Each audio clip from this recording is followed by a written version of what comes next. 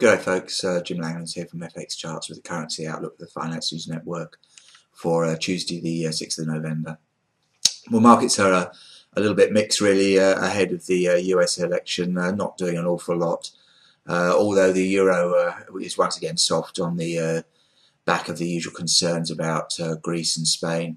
And it's broken some important support at 128.25, where the 200-day moving average lies, and below that the previous low at 128, the figure. It's been down to 127.65.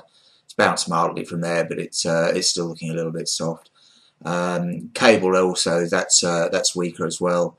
There was some soft service sector PMI data out of the UK, and that dragged cable back below 160, and also pushed a little bit lower by the weakness in the euro. Otherwise, it's been a generally quiet session, and locally the markets are now waiting on the RBA decision at 2:30 this afternoon, which is going to be a pretty close call as to whether they do or don't cut. So we've got the currencies trading at the moment. The Kiwis, the euros at 127.90, cables 159.60, dollar yen's at 80.25, and dollar Swiss is at 94.35. Aussie's a little bit firmer than yesterday. It's held on to the support above 103.40. It's trading at 103.60 at the moment. And Kiwis are reasonably strong at 82.45. That's holding on to support at 82.30. So it looks like being a pretty quiet morning session in Asia. The RBA will liven it up this afternoon, although we've also got the Melbourne Cup, so liquidity is going to be a little bit thin, I think.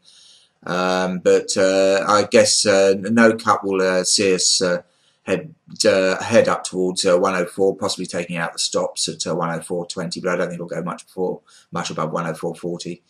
And on the downside, if they do cut, there's still good bids at 103, and below there at 102.70, and then at last week's low at 102.35. But overall, I suspect we're probably mired in a 103, 104 range ahead of the US election, when we start seeing the results in around 36 hours' time. So that's really about it for today, though. If you do want a more comprehensive outlook on the markets, go to the website as usual, www.fxcharts.com.au. And that aside, please just remember that any outlook mentioned is a personal view only, not intended to be used as trading advice. So that's all for today. Have a very good one, and talk to you tomorrow. Cheers.